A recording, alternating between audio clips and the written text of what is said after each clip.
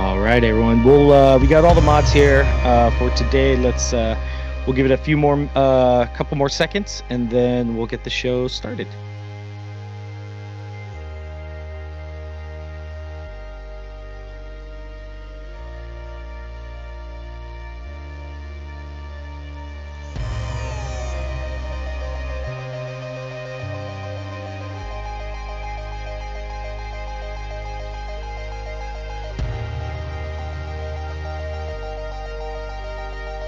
All right. Hey, everybody. Welcome to another episode of Xbox Talks. So you guys should already know the drill now, but if you guys are new, this is pretty much a show exclusively for here, the Reddit Xbox Series X subreddit community. So this is a show for you guys, something we like to do where we can talk with you, hear what the community thinks. Today's show, we'll be talking about predictions primarily. As you guys saw, we do have our predictions post up. But if you want to come up, talk about anything else Xbox, I do believe we have a few more news bits coming out as well that we'll discuss. So yeah, come up, talk, raise that hand button. If you guys don't see it down at the bottom, there's a little hand button. Hit that. We will try to get to you guys in order as best as we can. If you are joining us, kind of be respectful of everybody's time. That way we don't have somebody hogging the mic for, about 40 minutes or something like that, So anyways, let's get this show started. How's everyone doing today? We got Foreman. Yeah, hogging the mic's my job, man. Hey, how's everyone doing? That's Jay Foreman. We got Ivan Grimprovise. How's it going, everyone? And we got Mikey J. Raymond. Hey. Awesome. Well, let's start the show like we usually do. What's everybody playing? I mean, we were kind of joking about this in the pre-chat lobby here, but I've been playing a little Diablo Immortal. I dipped in on that. I think maybe Mikey has played a little bit more than me, but it's very reminiscent of Diablo 3. It feels weird talking about that on an Xbox show, but not too long from now, this is very likely to be a Microsoft property. So I like keeping tabs on everything that's happened in Blizzard and Activision leading up to that deal. So that's been a lot of fun. And on Xbox, I've been playing. Kind of got back into Cyberpunk a little bit, and the backlog's constantly rotating. I'll spare you the 80 games I went through this week. Besides Diablo Immortal, that's been my highlight of the week. Yeah, I was joking about it. I might eat these words later on. We'll find out. I've been playing Microsoft's latest IP, Diablo Immortal. So that word goes through. We need to get used to it, though. We do. We need to, this is going to be a thing. I'm a level 35, 36 monk. So I put in a few hours. It's been fun. It's Diablo 3 in a mobile platform. I've been playing it on PC, mobile with a controller. It's been fun. I've been playing more Sniper Elite. I think I just got the last Stone Eagle on Mission 5. So I'm still working through Authentic. I'm trying to finish. And then I also 100%ed a game called Kraken Academy, which is out on Game Pass, and it's a very quaint, very cute game that I would have never played without it. So yeah, that's like one of those highlight games, right? That we always talk about. Like, you would never buy it, but it's on Game Pass, and you see a few screenshots, and you're like, what the hell? And sometimes it works, man. Sometimes you find something rare and fun. So, Ivan, what have you been up to this week? Honestly, I've been trying to find something to play because the KOTOR 2 is sort of like wrapping up. And honestly, Diablo Immortal does seem like something I would be into because I kind of like the mobile aspect a little bit, like something that's like get in, get out, but Diablo. So, but after hearing you guys talking about it a little bit before we started the show, now I have a little bit more of an understanding of what I'm getting into. Like, I didn't want to get blindsided with the everything's locked to the character or we're just stuck in a server. So it's like now we can like kind of pre-plan it, Yeah, because that's mostly what I would be really disappointed with. That would have made me just flush it, Oh yeah, it's the number one complaint on the Diablo Immortal subreddit.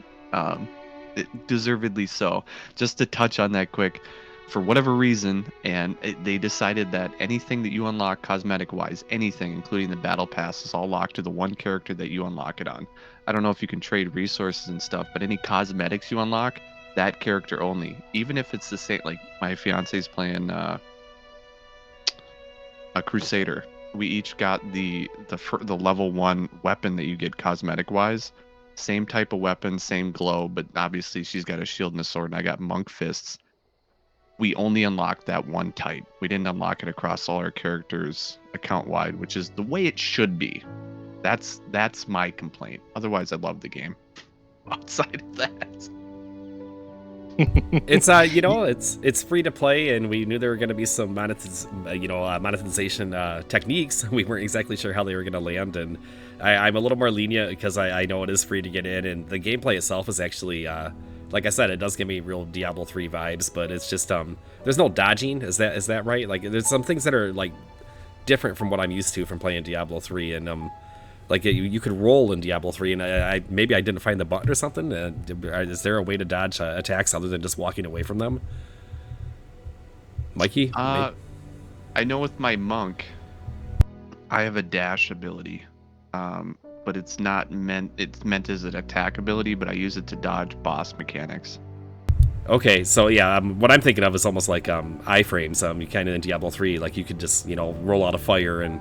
Like there is no actual dodge otherwise. Yeah, so some of the things feel a little more like static and kind of in place. I was discussing earlier the frost ray for the wizard in Diablo 3. You can rotate that around you like a sprinkler, and you can shoot all directions on one cast. But here, whatever direction you cast it in, you're locked in. You can't move from side to side, so that ends up being kind of a something you have to get used to, especially if you have hundreds of hours into Diablo 3. But this game will hold us over until Diablo 4, so it's nice to hear some people trying it out at least. Yeah, I don't know. Yeah, I'm not a big fan of that locking the character thing. I mean, Halo did it, and they got absolutely roasted for it. So I think Mikey's right, deservingly so. They, should get roasted for it. That's just real scummy microtransaction kind of stuff. Yeah, but actually, I've been playing to kind of. I haven't gotten to Diablo yet. I told you guys it was either my 120 gigabytes of cat video pictures or Diablo Immortal, and I chose my cat pictures. So I'll hopefully play it on PC. I'll get that going. I've been playing Hard Space Shipbreaker. That, I don't know if anybody's tried it yet. That is an amazing game. Really cool kind of aspect of it. I don't know. Anybody else play it? Haven't caught that one yet. I've wanted to, but I'm playing 3 games currently. Just finished one of them, so I can't play them all. It's free on Game Pass. Ivan, anything? Oh, I was just gonna add that I was probably gonna try to check it out on Game Pass, but then the Warhammer event happened, and all those games went on sale, so I padded that. So my backlog just became all Warhammer. Ooh, that's a big backlog now. But yeah, Shipbreaker, it's a super fun game. You're a scavenger and you just break down ships, and you got to like piece out the parts to like whether they're aluminum or a different kind of processing, and you got to put them in the right. Then they have like, I just barely got to like electric hazards, so if you do something wrong, you can get shocked. You got to it's like a sim, survival sim, because you got to like do your oxygen and suit health and all that. So I don't know, it's relaxing, but it can get pretty intense at times. That's cool. So is there a lot of inventory management? Is it one of those games where like you get different planks, and I mean, I'm just guessing here, and different ship parts? And no, you're just pretty much breaking down a ship, and you are using your cutter tool and grapple. I think there's more. You can upgrade your character, you can upgrade your tools, so it's a little RPG-ish. It's just it ticks a lot of different boxes and genres and does them all extremely well, at least I think. Very relaxing at times. Like you just pretty much break down a ship down to its core, and then part out the pieces and get money for it. But you have a time limit as well, so you can go back, I think, to the same ship multiple times to keep breaking it down, or you can move on to a new ship and get money that way. Cool. Yeah, I mean, that sounds like something I might enjoy, so maybe I'll have to check that one out. So I think that catches up on what everyone's been playing. We're gonna lead off today, and we're only how many days? 9 days? 10 days out from the big show? 9 days, right? Is that the 12th? I think 8 or 7. Yeah, 8 days. Well, 8 days in some hours. Something like that. So we're really good of time, obviously, but regardless, it's coming pretty soon. So we have a predictions contest up right now that Kevin was kind enough to create for the users, and it's just kind of for fun, for laughs and giggles. But maybe you can show your clairvoyance, your Xbox knowledge, and make some guesses at some of these propositions. So We're gonna kind of go around the horn here and just maybe look at some of those predictions, or maybe what you guys are expecting from the show, and we'll probably bring up a few of you guys, a few of you from the live audience that are joining us live today, and have you weigh in as well. So, Kevin, why don't we start with you? You created this this poll here. Are there any of the questions that you think you have like the inside track on, or that you're excited to see the result for? Yeah, it's actually pretty polarizing, but last time I checked, I'm about to pull it up right now.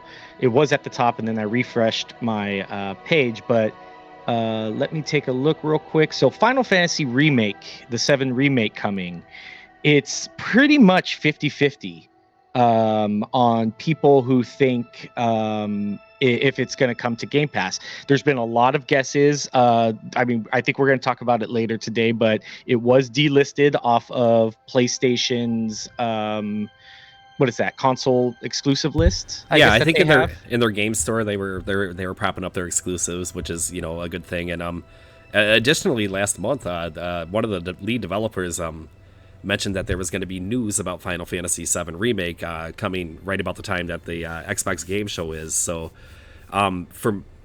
this is, I think, if it's ever going to come, it needs to come now, or like Xbox is never going to get this game. But it feels like all the stars are aligning. Yeah. Right now, I just refreshed it. It's at 52% yes, 48% no. So we will see. I mean, Randall Thor actually just, I think, on the Xbox 2 podcast, made a wild. It's just a prediction, so don't go to Twitter and Reddit page and start posting about this. But it was just a prediction. But he says day one Game Pass hitting June 12th. So as soon as they announce it, it's going to be hitting Game Pass. That's his prediction, though. It's a pretty wild prediction.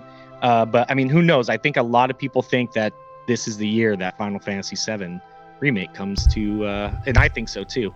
I mean, I've recently played through the original, maybe last year, not too recently, and it was kind of weird going back to a game from my childhood that I remembered being just this massive game, and it blew me away when it first came out. Like many of you out there, I'm sure it was very popular for the PlayStation, and kind of revolutionary for role-playing games in total, not just JRPGs. But regardless, I went back and did that playthrough, and boy, that game felt small. It was, I guess, 20 years or however old that game is of gaming evolution has really done a lot for my perspective on what constitutes a big game. So it just seemed really kind of quaint, and it was a fun experience, and it didn't hit me like it did originally. But I cheated, and I've watched like 15 minutes of footage from the remake, and I tell you, it just hit all those nostalgia vibes, and I'm really excited to potentially finally have the chance to play this game, because it's a top 10 game for me, probably, Final Fantasy VII, and just because of what it did to the gaming landscape. And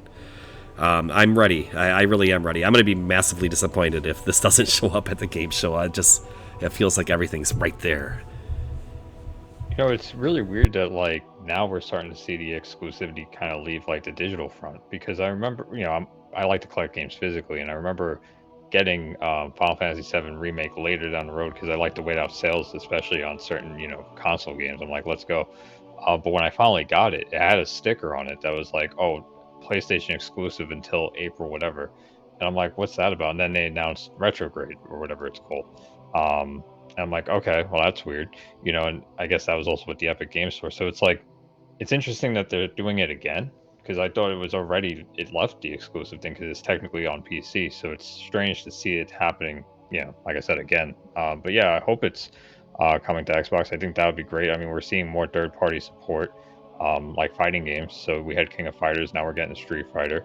So maybe it's just finally happening to where it's like more of a broad stroke. And it's not just going to be, oh, now it's on PlayStation and PC and Switch, I think the only hurdle might be left at this point.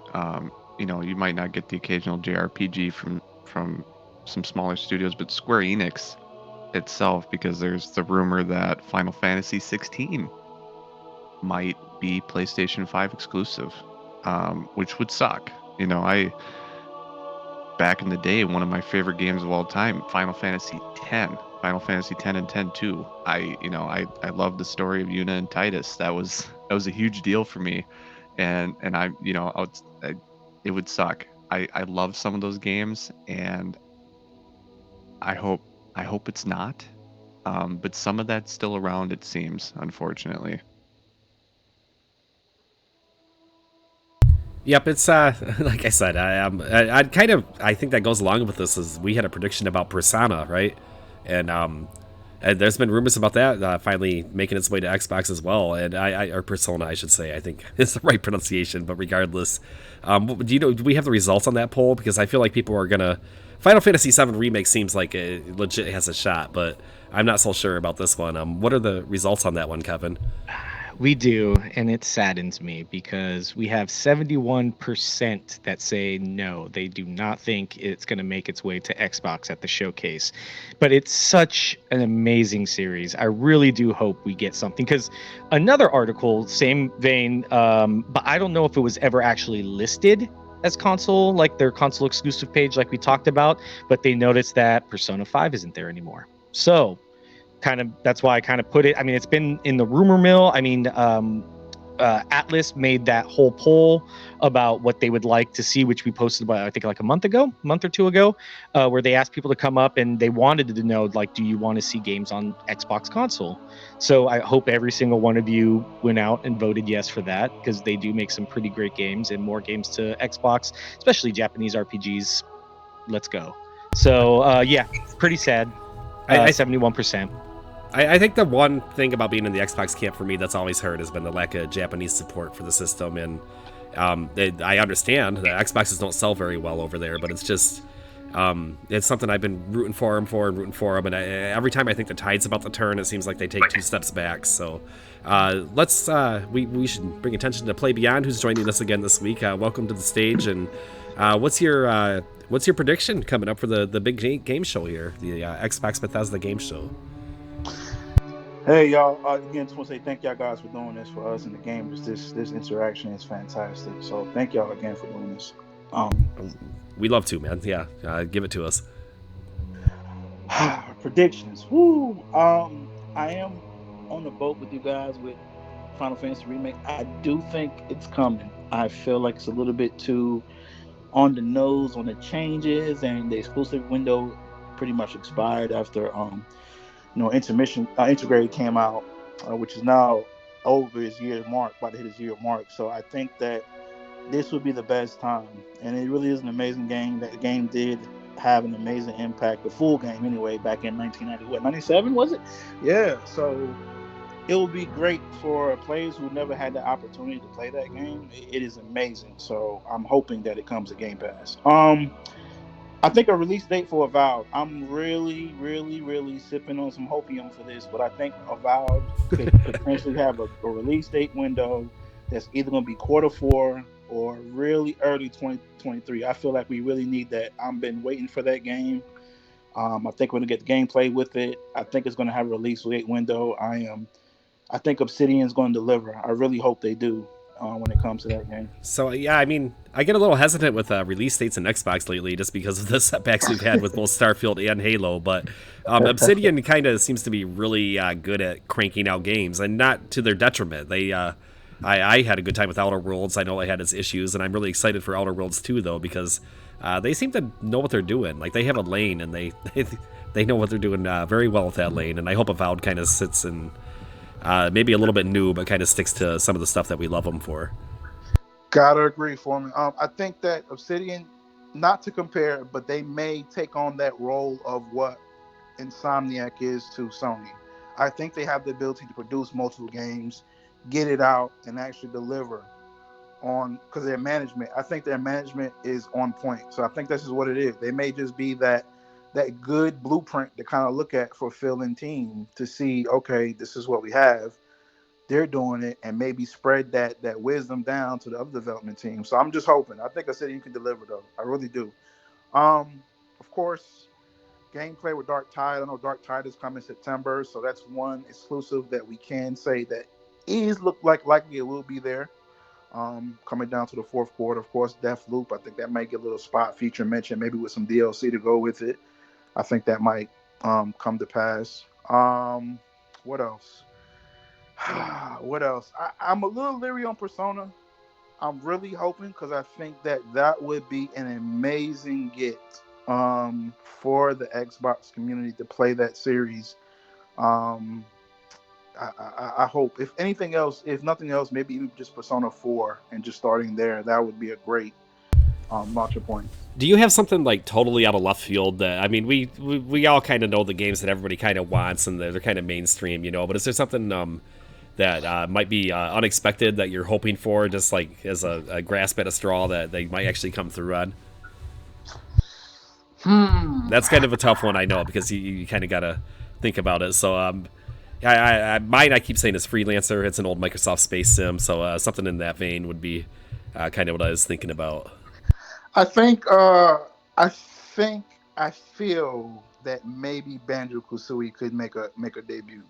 I think that'd qualify. Nobody's really, I mean, everybody kind of always asks for it, but nobody's really expecting it. You're reading some of my list. I have a list here, and the top of my list is a Banjo-Kazooie remake. I'm not even kidding. And I was going to say, you can see Mikey if you guys watch the YouTube video afterwards once Foreman puts it up on our Xbox Talks YouTube. He's like cheering his hands and everything like that. So I think, that's actually, I got to agree. I think that's going to be shown too. It's you know what? It fills a void, doesn't it? I use that term a lot. I probably overuse it, but Microsoft has a lot of holes in them. I keep saying Viva Pinata, but they need more of these family-orientated games that are gonna, be okay to play as a family. That's fun to do sometimes, especially if you're a parent and you're trying to get your kids into gaming. You need some games to help them along the way. And there's lots of indie options, but Xbox has the ability to really produce something that might be, up there with some of the best of them. Yeah, and it's like 3D platformers sort of gotten like kind of ignored a little bit. Like they fell off. Like, I mean, I know Ukulele happened, but like people weren't super happy with that one. And then KO just came out. Once again, people aren't like super happy about it. But like if you have like a Banjo-Kazooie with like Microsoft budget behind it, even if they don't go like full throttle with it, but just more than what we've seen in that space, people are going to eat it up because we definitely want 3D platformers. They're fun, like A Hat in Time. Everyone loved that. Like there's still a great fan base for it. It's just, it takes a lot more effort than you would think to make those games work, Yeah, I think the Spyro remake, that seemed to be pretty well received, and that's like the last one I remember, like at least on the Xbox platform. I know you have Ratchet and Clank and that. Well, Psychonauts too. I shouldn't overlook that, but yeah, I get what you're saying though. But that's not necessarily going to appeal to the kids like Banjo and Kazooie might. Right. I just think variety. I just think we just need to mix it up, show Xbox's strength to be able to not just be strong in one area. And I think that will really build a lot of confidence going forward, going into 2023 and beyond. Another game I think that could potentially be out of the blue will be Splinter Cell. Like a Splinter Cell, either remake, remaster, whatever. That's what I'm looking for. Yeah, that would be a total. That would be a bomb and a real surprise. Yeah, because didn't it come out a while back that I think the voice actor of Sam Fisher or something, didn't he either allude to it or he squashed the rumor? Or I don't know. I can't remember. Which but I actor? think The original or the new guy? I think the original. Oh, if he's back. See, that's what made me fall off the franchise when they dropped Jeremy Irons. Yeah. If he's back. I could have sworn he said something like last year or something like that. I'm going to see if I can look it up while you guys talk about it. But I'm pretty sure he said something. I can't remember if he squashed the rumor, like, no, they haven't hired me back, or he like kind of alluded to like, hey, I might be coming back. I have to make a confession. A few weeks ago, I was trying to talk about Splinter Cell, and I called it Siphon Filter, and I caught that in a playback, and I was just like, "What? Well, I can see how I would get them confused, but Splinter Cell's a better game in my opinion, even though I did enjoy Siphon Filter as well. So that's my little confession. I'm dumb sometimes. Definitely. Splinter Cell is more along, almost close to. I ain't gonna say close to. Let me disregard that. Saying it's in the same vein of Metal Gear. I would say it's a very revered series. So. It's one of the few stealth games that I've really, really enjoyed, and I really got into the stealth, and I remember it very well. So especially the first one. So it'd be exciting to see it come back. Yeah, definitely. But I think those are two bombs. I think that could happen. Maybe a surprise. Maybe like another, like you mentioned family-oriented platform. Maybe like Rayman. Maybe a new iteration of that one. Maybe that can be a bomb too that can be put out, and that's typically always been couch co-op. Well, it's a shame because Ori kind of filled that void to a certain extent. It was more Metroidvania, but Of course, there's been a recent falling out with some of the behind-the-scenes issues with the studio that created Ori, so I don't think Microsoft will be working with them anymore. So here's my question. You've named a couple Ubisoft properties. Do you think that we have room for third parties at the Bethesda Showcase? The Xbox Bethesda Showcase, sorry.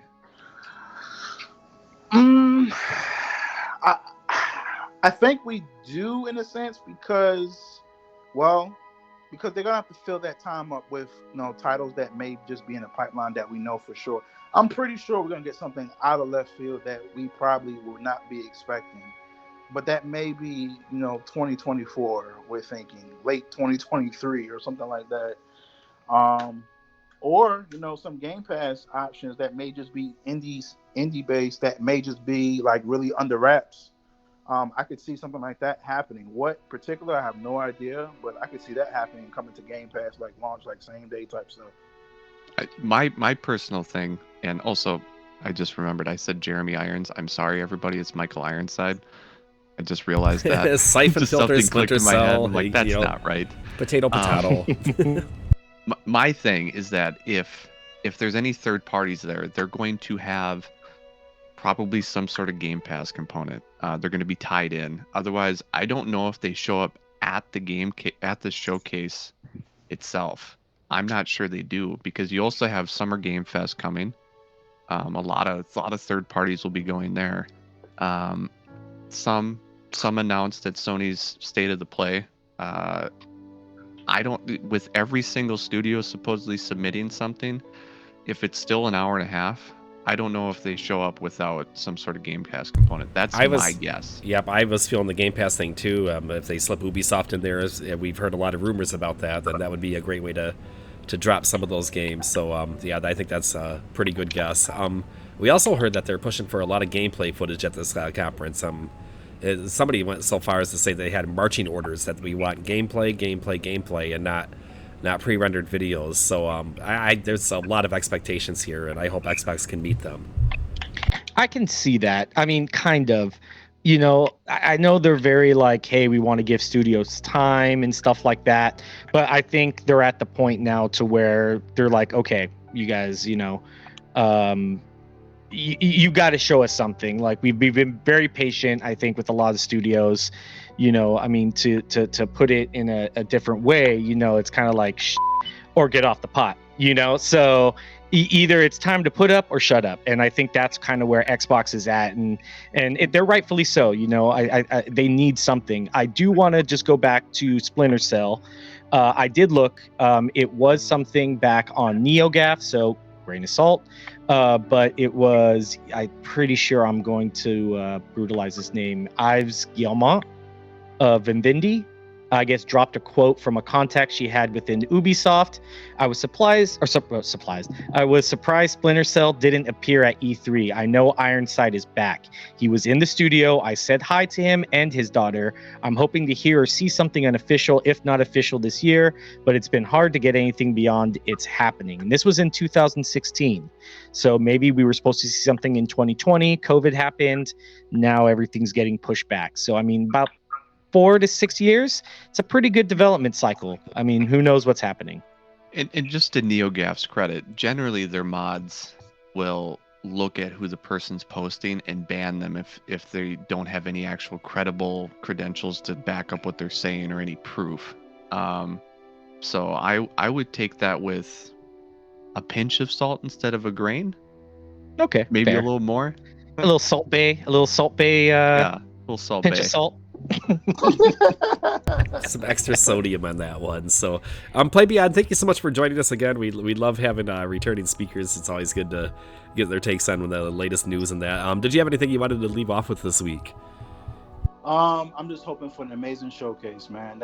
That's all I want. Just awesome. Something solid with some dates and gameplay. We are super pumped about it. Just kind of a note here, we probably should have let off this, but we will not be recording a Friday show next week. We are gonna try to go live for the summer game show, the Jeff Knightley one. I think that's what his is called, and then of course the Xbox show a few days later, Xbox Bethesda. Yes.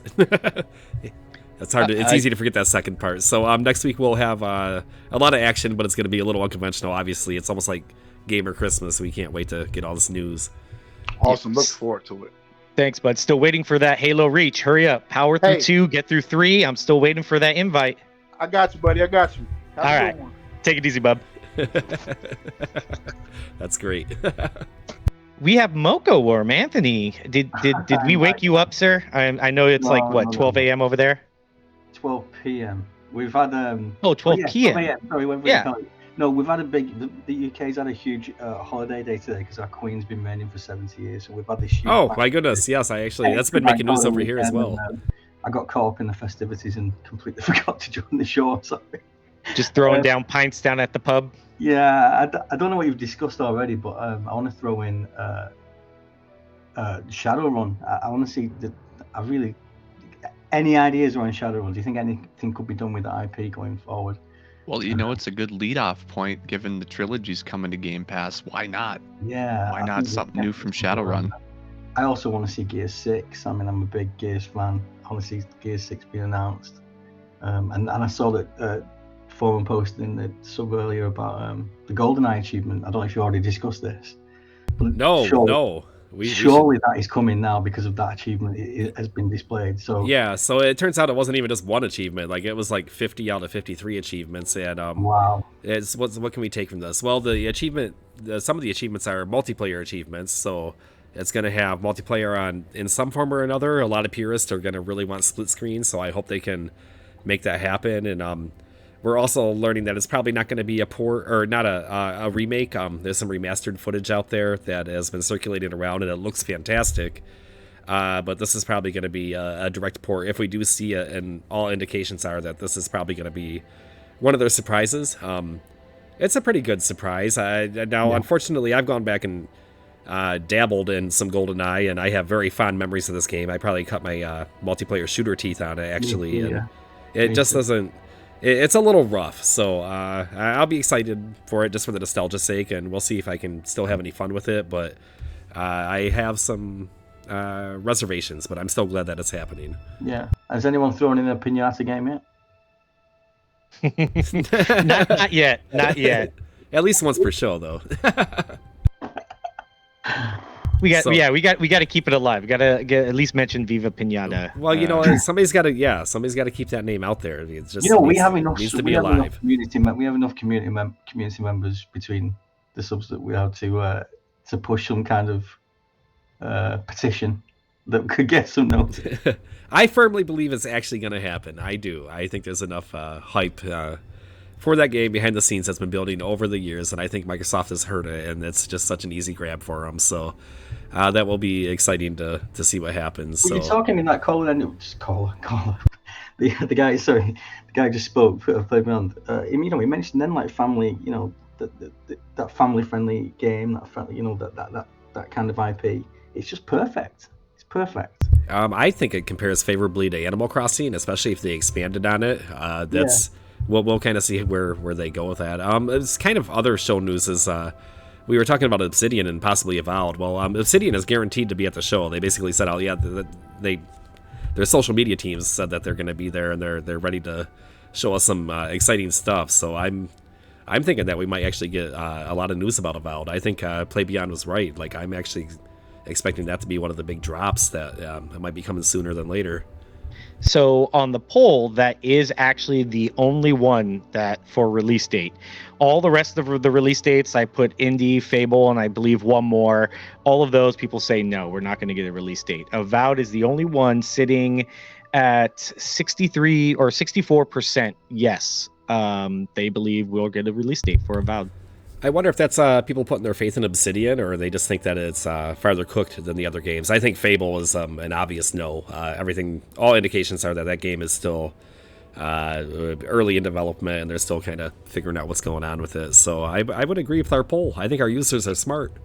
You think so? You think Fable's going to get no release date, or at least maybe like a 2023 or 2024 kind of?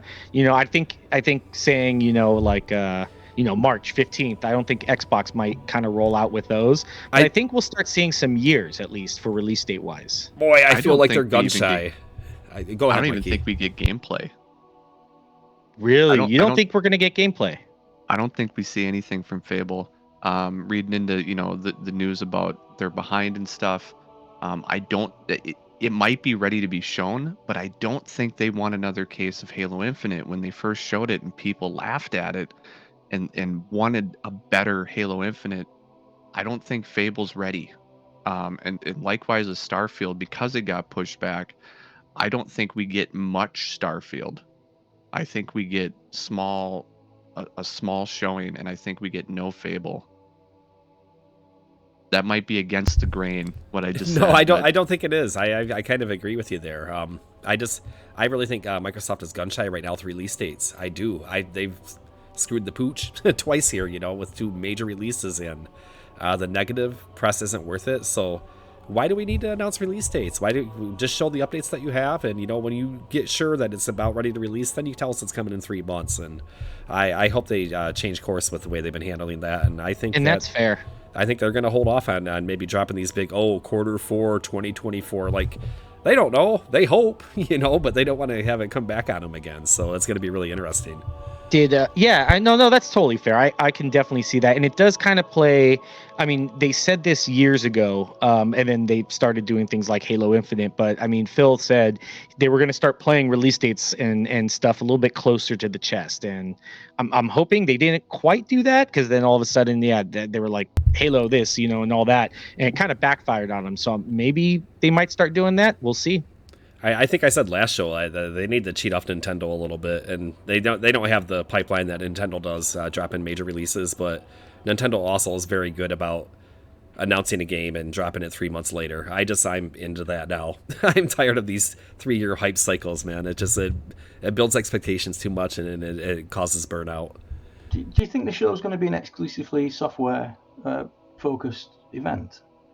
Some of the predictions you were making in this thread are based on like the Elite controller and the hardware, and I mean, has there been a word that it's software only or not? I've not seen. There's no confirmation of that. We certainly have rumors of the USB hardware stick, but that kind of got shot down a little bit after hearing that they're still kind of fine tuning that. But we don't know. We have some stuff about Elite controllers. I think Kevin posted a few of those questions in the prediction thread, and yeah, I did. Yeah, if they're going to release a new one, if they're going to add it to Design Lab. If you all aren't familiar, Design Lab is down right now for controllers. Xbox, their social team actually commented in our sub and confirmed it's going to be back on June 9th. So we should get news shortly, probably before the show, about what they're doing with that. So we'll know soon enough. Or probably at the show. We'll see, because that's the Summer Games Fest, right? That's the... Yep, it could be June 9th, right? Yep, that could be something they dropped during the Jeff show. I call it the Jeff show. The Jeff show. Yeah. Quick take, just to call out somebody in the comments. Vega Bros Studios says we need Fable gameplay, especially after all the Fable being downscaled quotation marks nonsense. And it's a pretty aggressive take. And I don't know. Do you think Microsoft needs to be aggressive towards a kind of, I think that rumor kind of got blown out of proportion. Games do get scaled down. It's industry standard. But do you think it's going to be cause for alarm for Microsoft to kind of knee-jerk reaction and go show gameplay? I think that's all the more reason not to. Fair. If they've changed their scope, it's definitely not ready, because whatever they show now might not even be what we get. I actually didn't know that they talked about the scope. I hadn't seen that rumor. So that kind of, I would say they don't then. Definitely.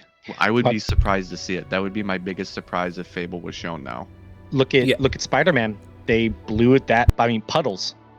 Freaking water puddles got blown out of proportion. That's a game that gets scaled down. It was expected, well, not expected, but it's an industry standard. Games get scaled down, but people freaked out over puddles. Yeah, I mean, people were freaking out about the Ragnarok photo comparison when there was more snow in one photo.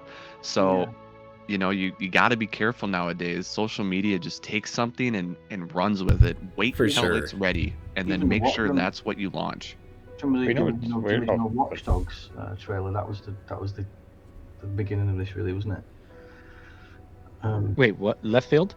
No, he's Watch talking Dogs. about Watch Dogs when it originally was shown, and then it turned into this pile of crap by comparison Yeah, to it what was looks originally shown. Oh, okay, that makes sense now. Fucking Yeah, but- incredible. And then the game came out, and it literally was a different game. You know, visually. Oh, I thought you were saying like new Watch Dogs like 4 or something announcement. I was No, like, wait, no. what? Oh, okay. No, it's that it was makes one of sense. those overhyped, overpromised games where they took footage from a beefed up PC and then they tried to drop it on the older hardware, and they couldn't quite match what they were trying to sell. So I would like to bring attention to a special guest, actually a member of the moderation team that's never been up here before. Batman93 has a great avatar. Happy to have you tonight. You want to weigh in here? Yeah, you get a cheer and everything. Oh, let's see if you can unmute yourself on the mic. There he is. I didn't know we were high enough to have a soundboard. We only roll out the red carpet for our esteemed guests like yourself, Batman. Welcome. Thank you. Glad to be here. Just going to start this off with a hot take. We're going to get a PGR collection remaster. They're just going to drop it at the show. Yeah. Now that's the Icy. out of left field stuff I love. That would be incredible. That would be incredible. Yeah, it would be nice. Do you think But, think that would be something that they would kind of like take away from Forza? I mean, Forza's been pretty much holding down the racing front for a while, but PGR, that would be pretty interesting. I don't think they would bring it back because I feel like, I mean, I'm not going to say never, but I don't think it's anything that's on the near horizon. Mm-hmm. But because of how many studios there are now, it could be a thing. The But- near Forza Horizon. Yeah. But I was See what I did gonna there? But I was going to bring more attention to the fact that I don't think anyone has been paying close attention. Looks like Obsidian's going to be the powerhouse of studios or the studio for Microsoft going forward. If with what we know currently about them and also the rumors that are floating around about what they've been saying. 7 games in 7 years. We got Avowed. They're still working on Grounded. We got the Outer Worlds 2. And then we also got the rumors that they're working on something in the Fallout series. And like Pillars of Eternity, that's another good one. Pillars of Eternity is a great franchise that I brought up before, and I think they're still working on more iterations of that, which is a great game. So I think Microsoft got lucky with their purchase because as we've seen, Sony has Insomniac as their powerhouse right now with how many games they've spit out in the past couple of years and also are coming up with. So it's interesting to see how quickly that studio is growing after how long they were pretty small. Yeah, and I mean, come on, Bethesda is in the mix now. Obsidian's in the mix. Remakes are all the big rage right now. Let's get a Fallout New Vegas remake. You know, I mean, that could be on the table. That's something that's been talked about for a while. If you want an would announcement be- that will melt the crowd will vaporize if they drop that. Like that is I was going to say a huge that would be request. bigger than the Connie Reeves showing up. And I'm not like, go ahead. You're breathtaking. I was gonna say that's actually a rumor out right now that Fallout 3 in New Vegas will be shown as a remaster or a remake. So I can't remember which studio they say might be working on it, but one of the many studios that Microsoft now has took it and is running with it. Somebody in the 82 studios that they Yeah. have working on. It's hard things. to keep track. Yeah, I mean, what about maybe KOTOR 3? You know, maybe that could be. I mean, Obsidian. I mean, you want to one up Sony on there. We're bringing back, you know, the remake, the remaster. You know, Microsoft could drop the bomb and just be like, yeah, well, we're bringing 3. Well, Disney Suck is it. on record as saying that they want to pretty much pimp out those franchises. They're like, if you want to develop a Star Wars game, come talk to us and we'll hook it up. But that would be kind of that would be almost shady, man. That's a great proposition, though. That'd be dirty, real dirty if they did That something would be like real that. dirty, you know. But hey, what are you gonna do? I would be happy. Yeah. Oh, yeah. I'd be happy. I think everybody wants some more Star Wars games now that EA doesn't have the monopoly on it. So I think we're going to see a lot of really great Star Wars games coming out. And just a token mention here, we got an announcement that Madden is going to come out again this year. I know everybody's shocked. Breaking news. They showed some gameplay footage, and it's the exact same thing they do every year. And, But the cover's different. what's that? I was saying the cover's different now, so it's all the rage. Oh, yep. The cover's different. They updated your rosters It's and Madden. continue to prove that these should be games as a service, and they're the one game that doesn't go that route. I'm just like, come on. You guys are the perfect model for it. You're the one that people would be accepting of. You just give us a roster update and punch up the graphics and stop charging us $60 every year, but whatever. Maybe it No might finally animosity at break the all. Madden. Yeah, maybe it might break the Madden curse, actually bringing John Madden back to the actual cover. Who knows? Zombie Madden. Yeah, I mean, break the Madden curse. You know, like everybody, I think, except Tom Brady, I think has been the only one that's been on the cover that hasn't like either like lost or, you know, just kind of just went not downhill, but you know what I'm saying. You know, kind of didn't have a great stellar season after there's- appearing on the Madden cover. curse is legendary. You can't injure the perfect man. There's nowhere for Madden to go from up from here, technically. So That's a great way to look at it. Yeah. also But a horrible way, but Well, yeah, they'll still be releasing previous gen versions of that game, and like we've talked about it before, probably for like 5 more years. So, good luck, football fans. I know that a lot of people have been looking for an alternative for a long time now. Rip 2K, but then again, what they've done with basketball, it might probably be exactly the same. But That's I my will hot give stove. off my one. Oh, Nope, I was you just go. gonna say I'll give my one sure take that I'm pretty sure is gonna show up is that I feel like because of how far back Gears is gonna be popping up now, because I don't think it's coming out next year. I don't think it's coming out until 2024. I think the rumors of the Marcus Phoenix collection are pretty credible, and that it'll pop up. Yeah, I've seen a lot of smoke, and where there's smoke, there's often fire, and that seems like it makes perfect sense, doesn't it? People love Gears. I don't think they announced it as their main project though. It's either going to be Gears 6 or something else. Then it's going to be a by the way, we're launching the Marcus Phoenix collection. Yeah. Kind of like how they announced Gears Pop, if you And- remember them announcing that. Yeah. It was Mhm. like a by the way statement. Do you think that's one of those things Rest where they in peace. announce it and then say, and you can go and play it right now on Game Pass? I don't know. Depending No. on how much Wow. remake they put into it. That would be a really good secret to keep. If And they could, also, if they could keep it that would have best been secret. leaked by now. Yeah. Windows Store leaks shit my bad. It leaks stuff so easily. I would say maybe this could be something for Summer Games Fest. That could be a good announcement for them. Would be like, hey, Marcus Phoenix collection coming, you know, or Gears of War collection coming, remake or remaster or whatever they want to call it, you know, re-release. Yeah, that game. I'm not sure what to expect from the Xbox point of view. Usually those Game Fests are, you know, they're for all games. So you get Nintendo, you get a lot of Sony stuff there. But it seems like third-party support. We were kind of talking about that earlier too. Is kind of coming back to Xbox this generation after what most would agree was a really tough generation through the Xbox One lifespan. Basically, it seems like they lost a lot of market share, and developers who were kind of like, well, you know, we'll put it on the Switch and the PlayStation, and if you're lucky, you'll get an Xbox port a large percentage of the time. So I'm hoping that things are changing, and I'm hoping that we see a lot of Xbox news at the Jeff Show. What do you Jeff mean? We got Kinect Sports. Xbox One was the best generation. Oh, spicy. Hey, I want to bring up. Go ahead. Nope, you're on it. Oh, I wanted to bring up Growth Boost up here to the stage. Correct me if I'm wrong. We've had you up here before, correct? All right, let me give you your cheer. There we go, Growth Boost. How you doing, bud? Yeah, I'm good. I think I came up here a couple weeks ago. Excellent. Yeah, good to have you back. Yeah, it's good being back. Let's give us your spicy takes. Basically, I definitely think they're gonna show Forza Motorsport 8.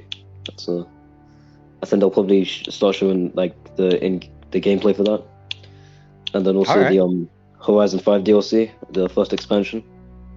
Oh yeah, that's I actually haven't seen much from that, so yeah, that could be a possibility. What else? You know, it's really weird. I haven't heard much about Motorsport 8, but we know that's coming, right? Like that. I guess it's maybe just because it's not going to be that big of a surprise, but I'm excited. I like those better than Horizon, my personal It's one take. of those unspoken things that is coming. There you go. You kind of, I think it was a joke. Like you could always expect like a car coming down from the ceiling at like every E3 conference, or them showing something for Horizon or Forza was. The first year we did predictions, that was actually one of the questions, and then it I ended think up so, yeah. COVID hit, and like there was nothing. So every question was just bunk after that. I was gonna make a bad joke, but never mind. Anyways, growth boost. I was gonna say the car got COVID, so it couldn't make the E3 show. Bad joke. Growth boost. Give us some more spicy take. Yeah, this one's completely out of nowhere. Probably will never happen, but maybe TDU Solar Crown. Woo! Say that again. Test Drive Unlimited. Ooh. Ah. Oh, you're speaking to me now. Keep All going. right. There's a lot of Well, acronyms out there. It takes me a while. I'm like, did he just say some kind of disease? You're a motor racing gamer. That's your niche. Actually, I only really got into them recently because, like, if you asked me about racing games like 3 months ago, I wouldn't have cared. Have you Drive looked into Unlimited was accessories, like a driving wheel or anything? Are you pretty hardcore into it? Because I know that really adds to the immersion. Mikey, I believe, has a good wheel. I haven't got one yet, but I'm planning on getting one soon. So he's speaking to my heart with Test Drive Unlimited. That was one of the games that I was top 100 in a clan for racing. I loved that game, and all I drove was a Bugatti. That's it, because it was the most cheap car in that game. But it was the original Horizon before Horizon was a thing. Test Drive Unlimited. You'd see people driving around in real time as ghost avatars and stuff, and it was super fun. It was great. So I'd love to see a return from a third-party publisher to give something like Horizon a different spin. To see them back would be fantastic. Pre-Horizon, Burnout Paradise was an amazing game on the 360. Yes, it was. I'm surprised that nothing came after that. In that from that publisher, from that developer. Sorry. Yeah. Well, I'm kind of, I don't know, like maybe just because we're on the topic of like racing games and Forza, and then we had PGR, Project Gotham Racing. We have now TDU. Are people seeing maybe they want something other than Forza, or are we just kind of, I don't know, should I Kotaku this and the Forza burnout is real?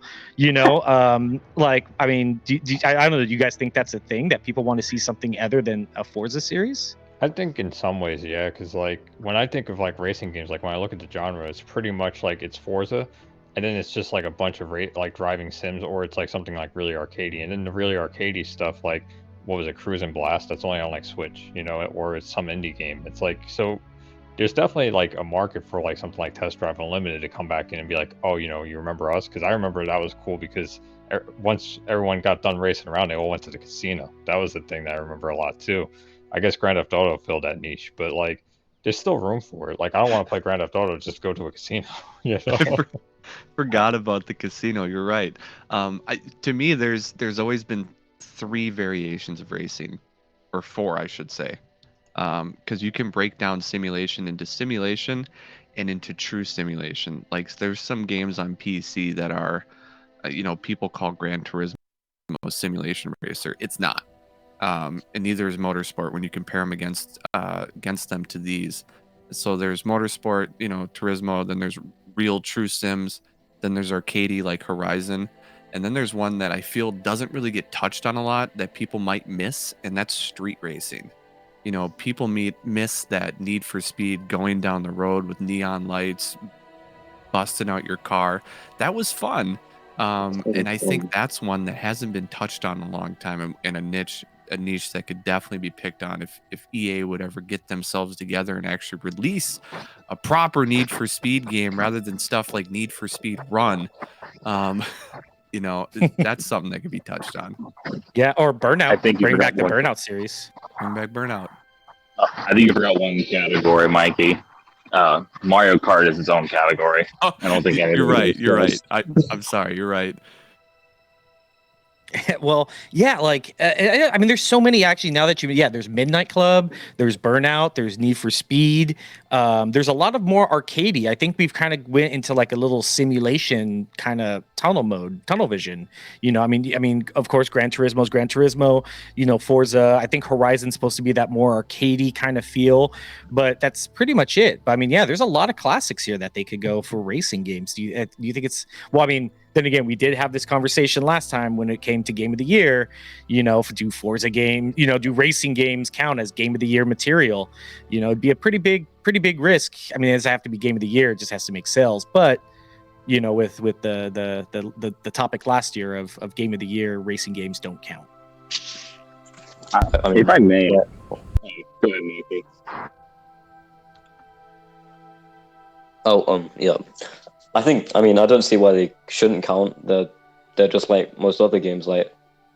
Of course. I mean, I think it's the. What really like makes it deserving of not being able to be Game of the Year? Like, what differentiates it that much? Some of my favorite racing games ever. The first two Gran Turismos were perfection to me for the time frame that they came out in, and I agree with you. I think with a game like Forza, we get into the yearly iterations, almost kind of thing, and once you start getting into that cyclical release cycle, it just kind of, any sports game, they're just never going to be in that conversation because people just kind of get used to them. I don't know how to put it really. Obviously, Horizon was a really well received game, and it got accolades for sound and for graphics, but when you put it all together, people just don't want to throw it into that conversation. So it's a really interesting point.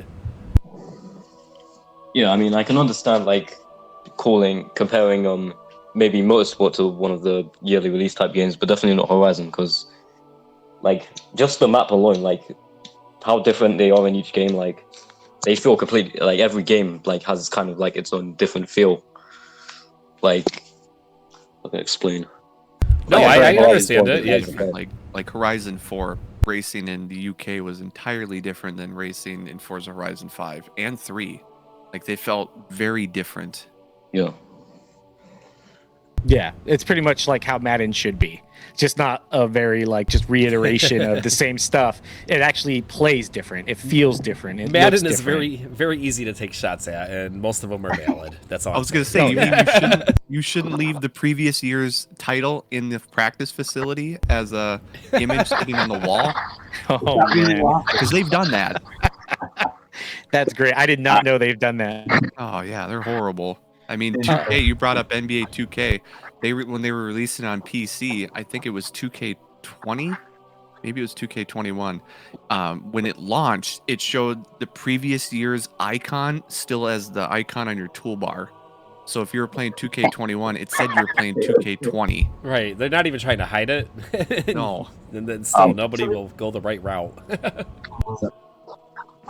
I have a slight segue that's not connected at all, but I want to grow with it, and anyone else who comes up or types in the comments to answer this. So as we all know, Modern Warfare 2 is getting to reveal before most of the shows.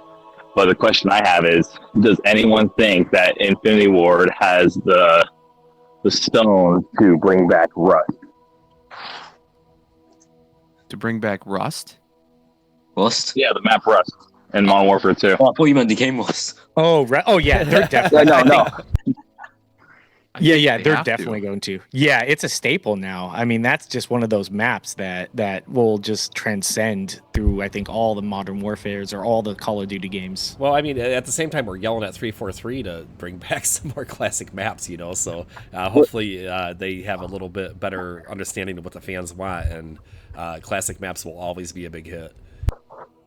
Yeah. Because they've only brought it back once, right? Or am I misremembering? Was it just Modern Warfare 3? They brought it back in, and that was it? It was in Modern Warfare 2. I believe it was in... Correct me if... I think it was in the last Modern Warfare.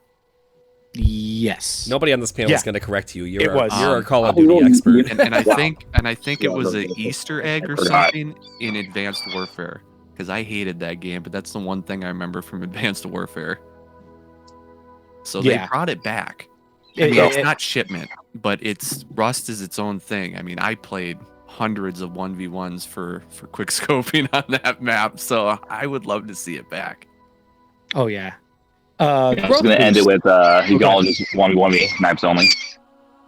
Sounds like Matt's out at sea. Yeah, who's got a bird? It's like I'm outside. There's this bird that won't shut up. I was gonna say, who's choking Kazooie in the background, getting ready for Banjo? Right? You better be shown Kazooie. And in case it's not apparent, this is a live show, and sometimes things get a little crazy, but we're rolling. Yeah. Fresh. Growth boost. Give us, if you have any more, give us your last spicy take. I do see you, the destructive gamer. Keep your hands up. We're gonna try and get to you pretty soon. But yeah, growth boost. What's your last spicy hot take? What do you think? Maybe I know you guys said there probably won't be much third parties again, but I think maybe Sonic Frontiers, because that's they said that game's getting a lot of like new trailers this month specifically. So Sonic making its way to the Xbox showcase. All right. Yeah, Yeah, I kinda wanna bring- well. okay. That's how it was Launch on Game Pass.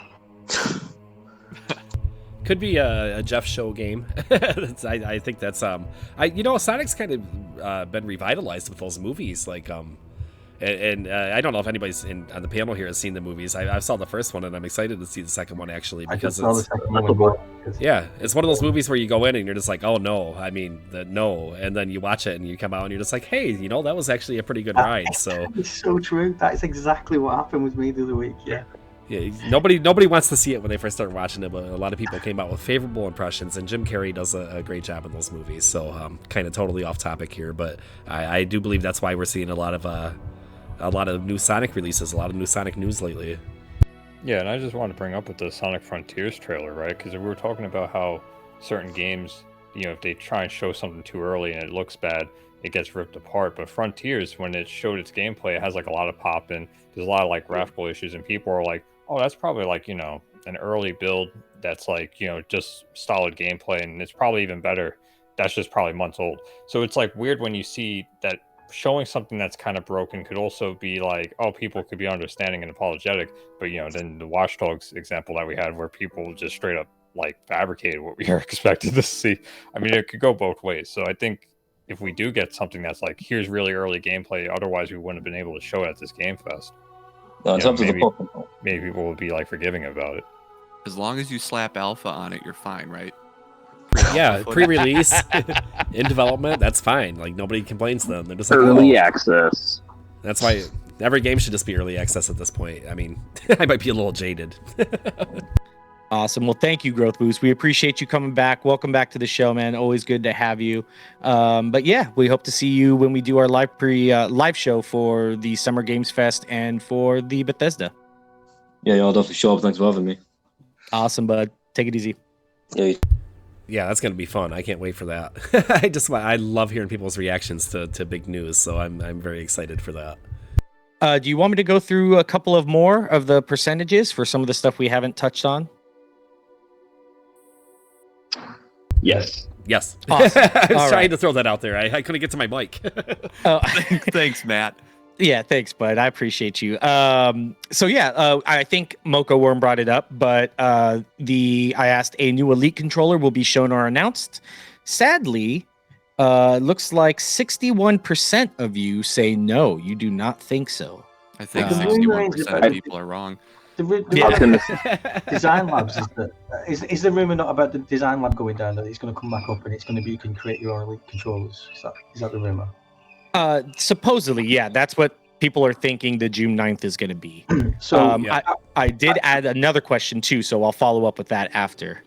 Yeah, that for me, that would tie in with some kind of new features or new. I don't know. For me, I answered yes to that question. I think there will be. The Elite's been too long now for an upgrade to happen. I think the reason they all said no is because those are all the people whose controller broke, and so they're just really angry. I mean, I don't know what the fail rates are, but it does seem to be like the Elite controllers have had a lot of issues. We'll say that for the Series 2 especially. So I'm actually hoping that they reiterate that and come up with something a little more solid. Yeah. I personally have never even used one, but just as a moderator of these Xbox communities, I do see that one come up quite a bit. Almost at not an alarming rate, but enough to know that if you're not really kind to your controller, it's not going to be kind to you. Basically, you got to take care of those things. Yeah. And hardware revisions are inevitable, aren't they? They are going to happen. So in my defense, I take very good care of my Elite Yeah, controllers. I didn't mean to throw I've, shade. Sorry. I've had 3 go out on me, and it's always like the bumpers for me. I've never had stick drift. I'll give it that. I've maybe on one of them, I've had the rubber guard being pulled off. So that's that. I've seen that, but it's always been the bumpers, which I have to open up, put like a little piece of plastic or paper in between. Like I already know how to repair it, but it's just such a pain to have to do it. Granted, Microsoft's been great. Ground.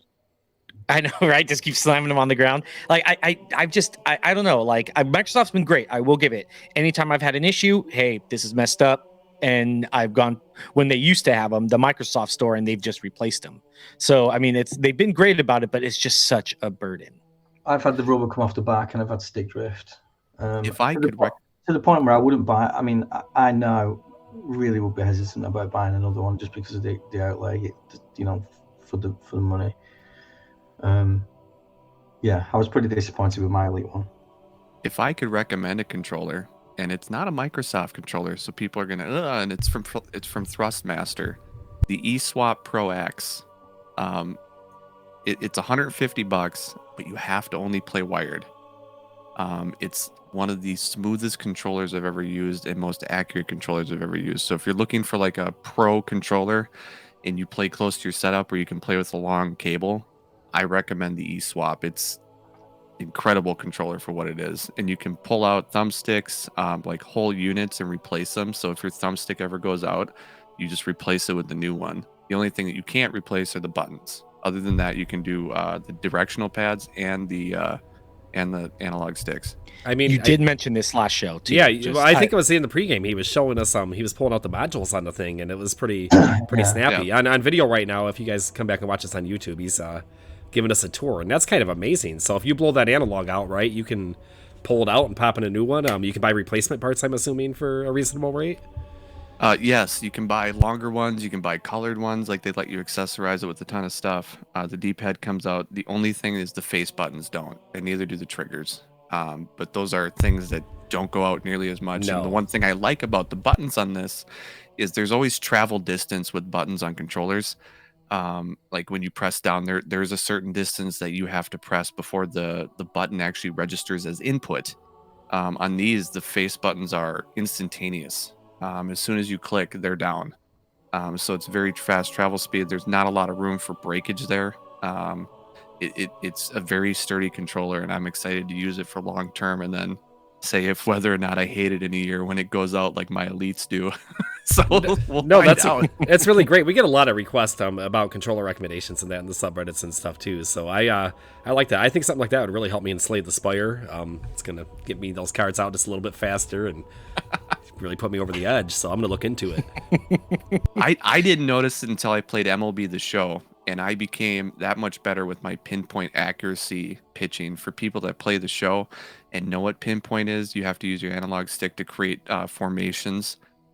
It was night and day difference.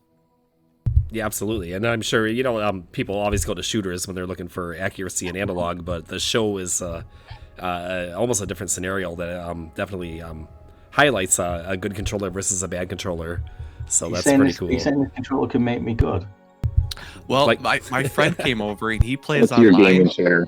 And I never play online, and I play on beginner for the show sometimes. That's my skill level. So he's on Hall of Fame, and I played online against people who are 35-6, and I was hitting home runs. We were beating them. We won 6 games in a row with insane. me batting. So It's got to be the shoes. yeah, This is film sales pitch. It's the shades. It's the shades and the shoes. I For those usually that hate can't see. Thrustmaster, so I'm giving him credit on this one. Thrustmaster is usually terrible outside of wheels, but they're good with this controller. I like the modular design. I think that's unique, and maybe it's not unique, but it's the first time I've ever seen it, so that's pretty cool. I wanted to hit one thing here, and we kind of missed the big piece of news this week, and that's Street Fighter 6. If you're not familiar, Street Fighter 5 didn't come to Xbox at all. It just got left in the dust, so we were talking about that third-party support kind of rolling back toward Xbox's way. This is a good example of maybe somebody coming back under the green tent for a spell anyway, so I'm happy to support this. I'm not even a huge fighting game fan. I know that Ivan is probably our resident fighting game expert, so I think you should probably lead off and Are you a big Street Fighter guy, or is this something you're excited about? See, it's so weird with Street Fighter because, like, I played all of them, but it's like you really do just get a different experience every time a Street Fighter drops, right? Like, Third Strike was way different than 4, 4 was way different than 5, and 6 looks like it's going to be way different than 5. So, I'm looking forward to it, and it's like it's cool to see it come back to Xbox. I'm really just not sure where the fighting game community is anymore. Like, it seems like most of them went to PC, so I mean, it's interesting to see that it's still getting spread around. But like, what's really interesting, and I'm not sure how this is gonna go with Xbox, but I saw they're even tweeting about getting more into it, where they're talking about like PlayStation Epic Games. They're trying to figure out how to lower the input lag on the fighting games, because that's why people mostly went to PC, was because of that. I'm not sure how it is with Xbox too much. I know there was with Street Fighter 4 where you used the regular controller. The trials were almost impossible. You put in something else, third party, worked instantly. So, but I know with King of Fighters there wasn't too much input lag there, but still, if they're looking to shave down the input lag and also now spread out to more platforms, I could see consoles having a nice resurgence with this, you know. That's actually kind of news to me, and I have known that Xbox controllers are a little bit slower than PlayStation and PC connected controllers, but I didn't realize that fighting games had migrated more to PC. That's news to me, and it's really interesting, actually. So I know a little bit about this. So the reason for PC is you can actually overclock your controller on PC. You can reduce that input lag just by simply doing that. The Xbox and PlayStation, you know, they have their set hertz signals. They only recognize every, I think Xbox is something like 250 hertz. Whereas on PC, you get 1,000 hertz connection. You can overclock that. And that issue gets compounded on consoles, especially with fighting games. If the game itself has some input lag and your controller has input lag, it just makes it that much worse. So then you get into, like, I know what he's talking about with Street Fighter, Third Strike 4 all being different, because then it's like they also add in forgiveness for moves because of the input lag. So suddenly people are able to pull off these amazing combos because there's way more, you can register these combos with a wider window to put your input into. That's the best way I can describe it as a non-Street Fighter guy, but knowing about controller stuff. So it gets really technical, and I'm not surprised that they moved to PC because of that. Mike coming through with the facts again. I'm way too nerdy for this stuff. I love it. Inside that, Mike. You know, like the input lag, like, because I'm more into like Tekken, and I know like competitive players for Tekken, there's some that would, no joke, because the tournaments were still being held on PlayStations, when they would play Tekken online, they won't use their main character. Or if they play it on PC, they won't use their main character. But when they are offline playing like LAN or whatever, they would then use their main character because the timing would be way different, whether you're playing online, on a Xbox, on a PC. And they just didn't want to lose the timing, especially for the character they played. Like, let's say you're playing Brian, they have taunt jet uppers, which is like frame perfect move. I think it's like within 3 frames, you have to be accurate every time. You don't want to keep messing with that timing. You want that to be muscle memory every time. And even me using like Dragunov, which wasn't that complex in 7 compared to 6, I couldn't do my typical juggles and bounds in the same way on PC. I would have to like really look at what the guy's doing and be like, okay, now I can start doing it. Because if I try to mash it, it just wouldn't come out. It was the weirdest thing. Really frustrating too. So what you're saying is I can blame all my losses in Mortal Kombat on the controller now. Because I'm not playing on PC. Of course. I mean, this goes back to the NES, man. I used to slam that controller around all the time and tell the game that it cheated and run outside and play with my friends. It was like, nah! But as much as I like to hear Grim talk about fighting Street Fighter 6, I'm kind of curious as to what our upcoming speaker has to say about it, if he cares about fighting games at all. Did I miss someone? Who's our upcoming speaker? The Destructive Gamer. Yeah, let me pull him back up. He was.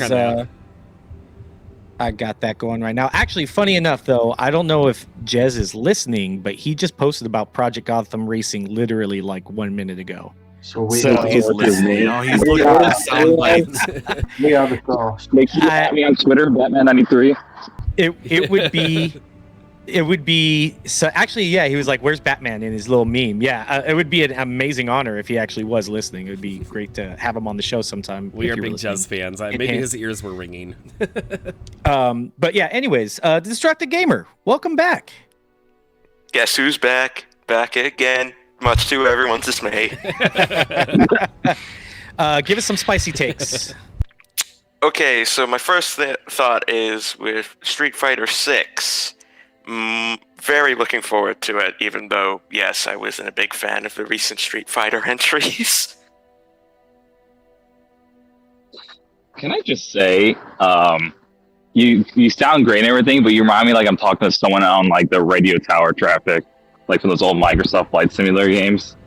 Oh my god, that's some of my favorite YouTube videos of all time. If anybody has never seen those, just look it up. It's a great it's a great jog down memory lane or nostalgia lane, I should say. Oh, they are great. I know what you're talking about now. They're great. It's Thanks, so fantastic. thanks everyone.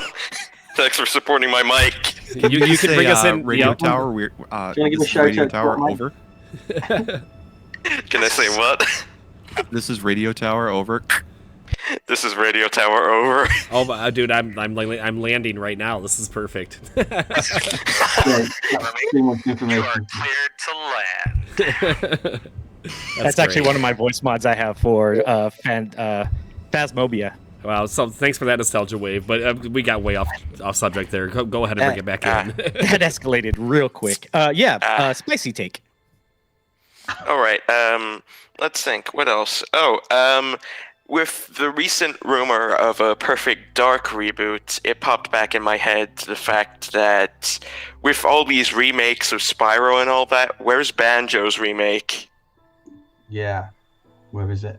Indeed. Yeah, that is one that we were actually talked about at the beginning of the show too. That Mikey was actually brought up, and I believe Play Beyond talked about as well when he came up and stuff like that. It's like I said, it is a top ask, and there's like no news about it. Like none of the Xbox websites are picking it up, and nobody's teasing it or anything. But if you just listen to fans, it's a game that's commonly asked for, and I think maybe it's kind of in the pinata wheelhouse where people keep talking about it, and they're gonna talk it into reality, hopefully. Or at least give us. Oh, sorry. You can go ahead. Oh, I was gonna say I did see in a Colt Eastwood video. I didn't check the source on this one. It was one of the leaks he had mentioned that a full Banjo-Kazooie remake was being done on top of graphics and physics. It was a full remake. Whether or not that happens, there's some sources to it, and I'd be excited to see it. I mean, for me, I think Xbox is lacking in a lot of titles that younger people can play. Like, I understand it's for the edgy demographic, but at least have some games for the family demographic, because that is why the Kinect mainly failed on the Xbox, because they were advertising it as this big family add-on for the Xbox. Meanwhile, they barely had any family games while there are graphic shooters on there.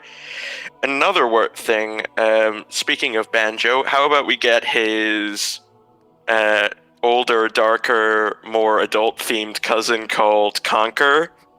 Ooh, that would be a really good one. I've seen a lot of people asking for that, and a lot of people brought up the topic, like, does Conker's humor work today? And that was kind of countered with, well, it originally released on Nintendo, and Nintendo even back then played it pretty safe. So yes, Conker was edgy and he swore, but it was all like fart jokes, and it wasn't anything. The Great Mighty Pooh, might I add? Yeah. So I think that would play just fine today. So I kind of feel like that's Rare's wheelhouse now. I think if Xbox ever needed to dig into nostalgia, Rare. I mean, you got Perfect Dark, GoldenEye, you got Conquer. Don't say Donkey Kong. Don't say Donkey Kong. No. But I mean, you got so many different. Like I don't know. Like Rare would be probably like the studio I can see that could do maybe like a hit those nostalgic feels. Well, I think with like Rare and also with this like fighting game resurgence we're sort of seeing, they should totally work on Killer Instinct and actually give it more of a proper budget. Because when we first got Killer Instinct, it was like an Xbox Live Arcade project, and then it basically just blew up from there. But if you're talking about Rare and we're talking about fighting games, it's right, and it's a IP that everyone's like very familiar with. Older, can definitely bring it back. I definitely I'm agree. ready. Like, oh, you sorry. I was just gonna say I'm ready to put my pre-order down for Conquer Special Edition Xbox. Let's go. I mean, with Xbox now, they've technically lost a lot of their retro appeal since now Bungie is now a part of PlayStation. They can't really bring them back for anything, and well, Lord knows what happened to all the other companies that they used to have. Epic's now focused on a certain game that people say Master Chief was stolen from. Jesus, let the memes end. And yeah, Rare is the last retro Xbox game developer. Meanwhile, they're left behind in the dust. Like, I understand you practically killed them with Banjo-Kazooie Nuts and Bolts, but come on, at least bring them back for a last hurrah or something. Who owns the IP for sort of the Rare games from the past, like Jet Force Gemini and Blast Core and, you know, the Nintendo 64 classic? I mean, technically, I believe Microsoft does. Technically, as long as it's not Donkey Kong, Rare owns it, so Microsoft owns it. Wow. Okay. Yeah, there's definitely, you know, there's a lot they can pull out there. But there was rumors at the time, wasn't it, that, you know, the team was gutted and that even, you know, they may own the IP, but they can't, you know, resurrect these. The team was disbanded. Rare has a lot of old school games. If you play Rare Replay, there's a lot of classic titles in there that they could tap into. Like a modern day RC Pro-Am doesn't really sound exciting, but I could see how that would work. And kind of, we were talking about an arcade racer. Well, that seems like it could kind of fit into that mold, you know. And it was always a fun game back in the 8-bit days of NES, back in the prehistoric days. But they also have Wizards and Warriors, which is kind of a platformer IP, and that's so long gone. That would be hard to tap and modernize, but they definitely have a lot of areas that they could revisit. So that was the games I started. I had my first computer was a Spectrum 48 in 1983. That's terrific. So one of my favorite Reddit. Go ahead. No, I was just saying big flex with his computer. Yeah, real big flex over here. What I'm saying is that my first games were the games you're talking about, and Jetpack was one of the first games I ever owned. Sure, yeah, that's a great collection. I think it's such a basic game, obviously, like in the Rare Replay situation, but you could take that concept and put today, you know, a modern spin on it, and there's potential, you know, in all these IP. Yeah, Solar Jetman could be a great, you know, kind of an arcadey type game. So it's we've talked about this many times. Not just Microsoft, but even just Rare itself has a great stable of games that they can go back and tap, and that's just a small part of everything that Microsoft can reach into if they want to and develop. So hopefully they bring this stuff back. That's definitely a good point. Now, going on to a different Microsoft game that I think... Last spicy hot take. What do you got? Yeah, last spicy hot take. It's technically two things combined into one since they're both on the same thing. Gears of War, anyone? Do you think that could possibly get a revival? Because after Gears 5, many people were saying the franchises were dead. But then again, many people said that about Halo 5, and look at what we got now. I love Gears 5. I think it's great. The campaign was good. The multiplayer was... I mean, you know, it's all subjective. I thought it was great. I loved it. Yeah. I was going to say, I think 5 was one of the best multiplayers that they've had in a while. It didn't stick with people because it's been so frequent of a release. I don't think they reboot it until they're done telling the story that they're telling now. Yeah. I don't think 6 does that. Also, the last wee thing I've got is the rumor of a possible Gears of War TV show, which at first I was like, hell yeah. But after a certain other TV show, I'm a bit iffy on. Come on. Do not get me started. I won't. We're not talking about that today. We've never properly wrapped up the unnamed television show, and it's a very polarizing topic, and One of these days, we'll get in here and we'll kind of collect our thoughts about that and put a bow tie on it, if you will. So I know some people did not like it, some people loved it. Batman obviously has a wealth of comments that he wants to unload on us, and you could hear it in his voice as soon as he brought it up. But That would definitely have to be a discussion for another show. But yeah, it was just, I thought Gears would make a perfect TV show, but the problem is I'm starting to lose a bit of hope for Xbox getting good ideas for shows. Maybe they might bring it back in a second season, maybe, but yeah, that's basically it. I want Rare to make a comeback, and hoping that Xbox finally gets their stuff together with their original IPs, which they've been doing with Halo Infinite. One thing before you go, who would you pick for the starring role of the Gear show? I have not thought on that in a while. If it's not Dwayne The Rock Johnson, is it the right choice? Oh my It's goodness. Sylvester Stallone. I feel like I mean, have you seen Dwayne- the Reaches show? Yeah, I mean, Dwayne's been there since the beginning of Xbox. It would make sense. It would just make makes sense. too It's much the sense. perfect answer. If you could give me Sly, Sylvester Stallone from like 30 years ago, I would buy it. But I think What out if of he modern was actors, old Marcus? okay. I could see that. Just a quick Oh, one, maybe. counterpoint to that. If you've not, the Obi-Wan show that's on at the moment, for me, I think it's amazing. Yeah, we'll take quick recommendations. I haven't mean- watched it yet, but I heard it's pretty good. It's The next poll on the Xbox Reddit: who should play a character in the Gears of War series? That is something we could possibly do. Thanks, Destructive Gamer, for joining us again. We appreciate you coming up. No We do problem. have a few topics that we want to get through, but yeah, man, thanks for Yeah, coming back. We No problem. appreciate you. I will definitely be back sooner or later, and if you ever discuss that show, I will be here to roast the ever-living stuff out of it. That show should never have existed. People Awesome, feel bud. very strongly. Also, if you're still doing the premium thing, please give it to one of the audience members. If you're still doing it. We appreciate it. We We still have some coins left, and we'll toss some premiums around too for the guests today. So thanks again for joining us, and we hope to see you again, maybe at one of the live shows coming up next week. Awesome. Yeah, thanks for joining us, bud. All right. I mean, we still have a few more of the poll questions to go through. I think Mikey wanted to touch up on a few of his spicy takes. Well, I had for sure takes. I was talking about my list earlier. Maybes, and then the sure they're gonna happen. My for sure, and we've already touched on some of them. I honestly am totally down to see Banjo. One that we haven't really talked about, Hellblade. I think Hellblade's gonna show up. Hellblade 2. I think Ninja Theory, we're talking about powerhouses in terms of turning out games. If you guys have looked into Project Mara from Ninja Theory, they are going to be, in my opinion, the graphic fidelity champions. Yeah.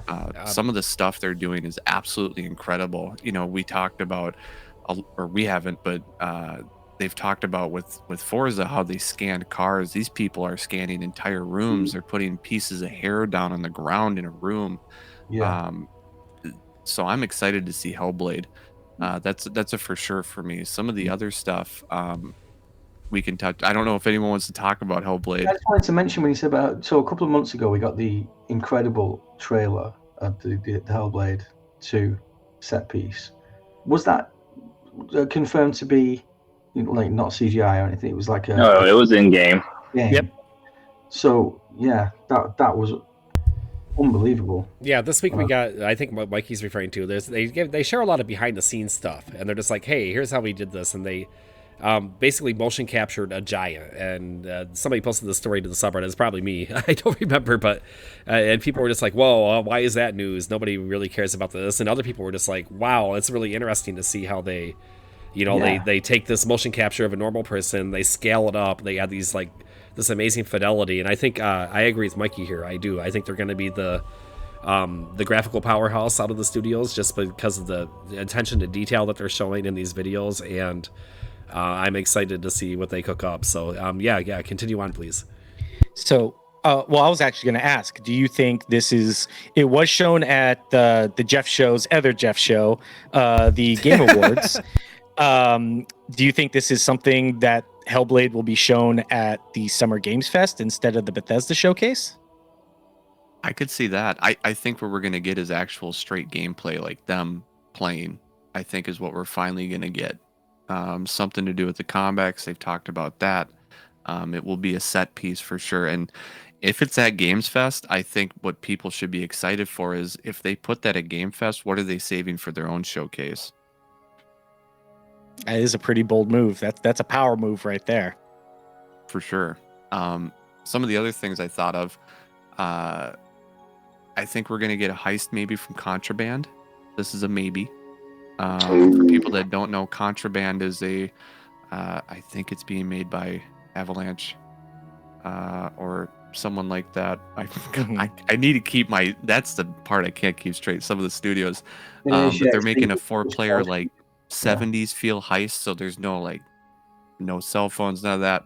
It's a very old school feeling, and I'd be excited to see something like that because Xbox hasn't had a good heist game ever. Payday 1 and 2 were both, developers were terrible in supporting that platform for both PlayStation and Xbox, so I'd be excited to see that.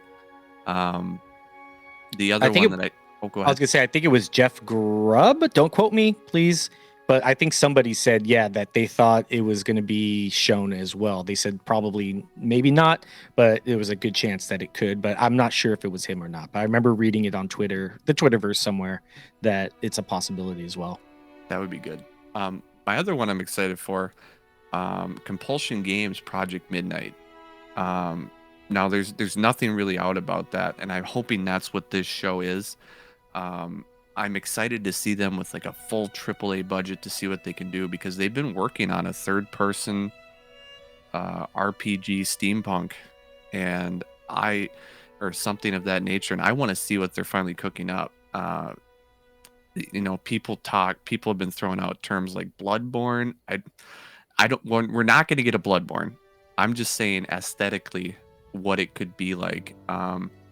So I'd be excited to see that. That's my other maybe for sure. We'll see. Like, I would really want to hope to see that. Would be a surprise to me, and I'd love to see it. Let me throw this one out there. Halo Infinite campaign DLC gets announced. Are you excited for it? Are you interested to play it? Is that something that is enticing to you, or is it just kind of like an afterthought at this point? Like, it seems like it could be a showstopper to me. But also that people have soured on this game. I'm more of a multiplayer, like the Infinite. I love the multiplayer of Infinite, but the campaign for me personally, no, with the campaign. I just want to see more multiplayer expansion on it. Okay, I actually enjoyed the campaign and multiplayer. I've fallen off, so I would be excited to expand on that a little more. The open world thing kind of worked for me, so it's I just kind of wanted to see what the temperature was on that. So with all that, go ahead. I was just gonna add in. I haven't even played the campaign yet because I'm still waiting for co-op. Oh yeah, you said you were gonna wait. So I've been waiting this whole time. I held to my word. I have yet to open campaign. You were like me waiting on Final Fantasy VII Remake, dude. I hope and pray for you. I know they said it's coming, but they keep I forgot about stalling. that. Yeah, I forgot that wasn't a thing. I feel your pain, because I played through all the games with a friend like a few months before the original release date. I'm like, oh man, we're going to play the last game together. And then got delayed. And then like, oh sweet, it's going to come in season 2. Then 3 or 3 is like, oh, it's going to be August, my man. It's just been a year and a half wait to finish the story with it. And we'll see if they can hit that date. I hope they can.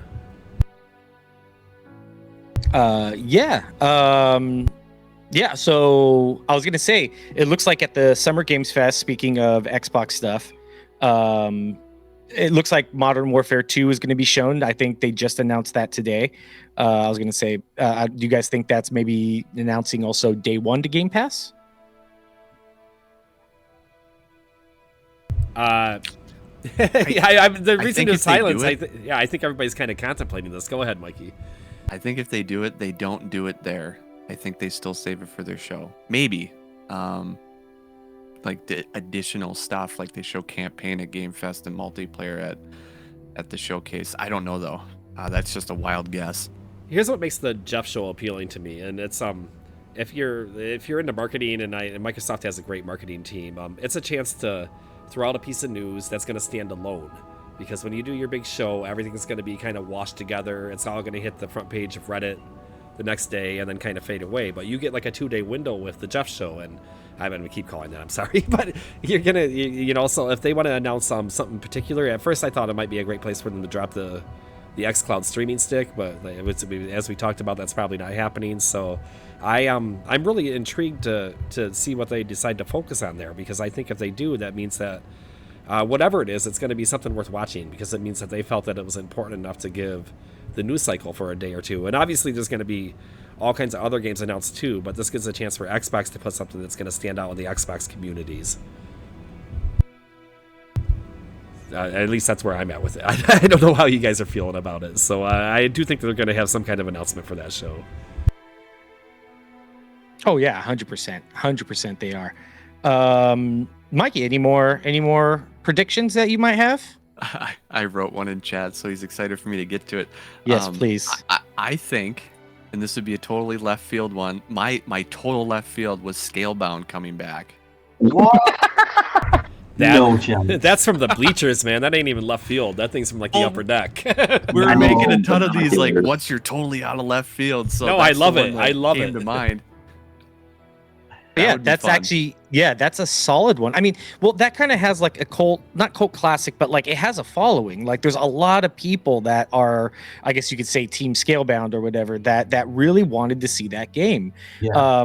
I don't know. I personally, it wasn't for me, but I don't know. You know, who knows? From what I saw, it looked kind of generic a little bit, but I think it's definitely something that has such legs with a lot of the Xbox community that it could work. You know, it could just be bad, but people wanted it and they'll support it regardless. That's Phil great. Spencer fielded a lot about the backlash on that on Twitter for a long time. If it came back, it would be, to me, it would be reformatted into the perfect live service game, similar to something like Monster Hunter, but more of a live service type feel to it. I mean, since we're all hyped up about live service nowadays, that's what I would see it as. Not that we're totally hyped, but just the industry is. Absolutely, it is an industry trend for sure. So I wanted to point out again that next week we will not be here on Friday. We have the summer game show, the Jeff show, and then followed by the Xbox Bethesda Games Show on Sunday. So we will have a lot of content. You just won't find us then. So we're hoping that those of you that join us live, that you consider watching those streams with us. We want to bring you up. You can watch it with us on whatever stream you're watching, and for the most part, it should be pretty much in sync. And you can react live with us, and we'll discuss all these big reveals. We'll see what's happening and what predictions came true and what didn't. And I couldn't be more excited to join all of you for the big festivities. So we have gone through all the news this week, and we've covered pretty much everything. So I'm going to kind of toss it around the horn here, and we'll do kind of closing thoughts. And I think we'll start with Kevin, since he's got his finger on the pulse with that predictions survey that he started for us. And let me throw that in there too. If you visit the subreddit, take the time to join our predictions contest and throw your best guesses in there. It's kind of a fun way to watch the show with us and experience it. Yeah. Thank you guys for everyone that's voted so far. Like I said, I just kind of wanted to do a few questions, nothing too crazy, nothing too spicy, nothing too safe, kind of things that just kind of make you think that could be a possibility, or something we've heard about before, you know? Oh, what was that, Foreman? No, I was going to say, what would be a spicy question? You got my wheels turning on that, like a spicy Xbox show question. Well, the Scalebound one for sure. Okay, that's when I didn't even think about it until Mike said something. So that's pretty much it. Thank you guys for already voting. If you guys already have, I did get some follow-up. I know I mentioned this last few shows. I did get invited to the watch party, and I did get a know before you go email. So it looks like video will be very limited on what I can do. Pictures, they said totally cool. I think other than when the showcase is going or when the watch party's going, They did say no interviews. I was really hoping, because Phil Spencer is supposed to be there, I was hoping I could get a shout out to you guys, our Xbox One or our Xbox Series X community, or the Xbox. I'm totally confused right now. Xbox Series X community. How about the Xbox community? We're all a family here, man. I'm trying to multitask here, and I'm failing miserably at it. But the Xbox Series X community, to do a shout out to you guys. That's still possible. Usually he does meet and greets at these things. I've met him a few times before. Really great, humble guy, just down to earth, just a gamer at heart. So if I can, maybe that's something I can do. I won't be with you guys because, like I said, I will be. But if there's anything I can provide for the community while I'm there, I'll try my best. You can do it, Kev. don't listen to Moko. He's Thanks, like the bud. devil on your shoulder, man. We talked to him Just last show. Well, sometimes you only get, Eminem said, you got one shot on. You got one shot. What are they gonna do? Kick you out of the Xbox forever? Exactly. They can't do that. They'll be good. They won't tell the difference. But yeah, so I'll see what I can do for you guys. I look forward to seeing with everybody what we're going to be watching. Awesome. Just disguise yourself as the Master Chief. They won't know who it was. So, Mikey, how are you looking forward to the week, and how are you wrapping things up this week? Sorry, I was saying I could go as Master Cheeks, but nobody wants to see that. Oh, wait a second. Years ago, never mind. I'm not even going to tell the story. Go ahead. What? No, you can't say I'm not going to tell the story. We'll save that one for another show. It must be that Mikey, give us the embarrassing. wrap up. It's non-canon. Nobody wants non-canon Halo Master Cheek stories. Some people do, but that's a different market. I'm just gonna lead in with this thought. Has anybody ever, like, for me personally, have you guys ever been this excited for a showcase in recent years? I haven't been. I was a few years ago, but it's been a while. It's been a long while for me. I was thinking back to, and this is gonna sound terrible, the announcement of Xbox One. Yeah, agreed. Yeah. It's been 10 years since that- I've been hyped. I've always been skeptical, like, okay, well, they're gonna show something, and then they kind of do. And I think this is the year they dropped the bomb, and I've never been more hyped. I feel that's a good vibe. I kind of feel the same thing. I'm always excited, man. I'm always expecting the best, but this time I'm really expecting the best. Like, I'm expecting big news, and I hope they deliver. So, let's go over to Ivan then. What are you excited for the show? Are you going to be joining us next week, or are you gaming? Yeah, I'm definitely going to be joining next week. But it's like, as far as like excitement, it's like a very strange feeling. I mean, maybe as we get closer to the day, I'll start feeling. But like, it's like there's so much that could be going on. Like, we talked about all these things, and like the weird thing about this showcase is that I wouldn't say anything we said is like that outlandish. Like, anything is still possible, and that's like the part that's like, it's just making me just go out there where I'm like, I don't know what to be excited about. It's like there's too much to be excited about. The door is just so open, and it's like I don't want to like get too hyped over these things that might not happen, but it's like they could happen. So it's like I just want to see the show, and I'm hoping that Xbox has a good show on both days, and it's not like, oh, here's what we're planning on showing on Sunday if you show up. It's like they could do that. Basically just bait us into the Xbox Bethesda showcase on Thursday. Hopefully they don't do it though. I mean, it feels like they're going to try to do a mic drop moment, and I expect something kind of. That's probably where the out of left field thing is going to come at the end of the show. That seems to be a popular move, and we'll get, a video for some game that we didn't see coming, or some kind of freebie on Game Pass, not free asterisk, but you know what I'm saying. So we'll see what they do. There's one thing that was kind of noted this week is that normally with the Game Pass schedule, they release it for the first half of the month. They're like, through the 15th of the month, these are all the games that are coming. But this month, they only did through the 9th. So a lot of people did the math there, and they're like, well, the reason they didn't announce the games coming after the 9th is because we're going to get some surprises. So that will be exciting to see. Matt, thanks for joining us today. We were happy to have you up here. Do you have any last thoughts or any predictions coming up for the big Xbox Bethesda Games Show? God, that's a mouthful.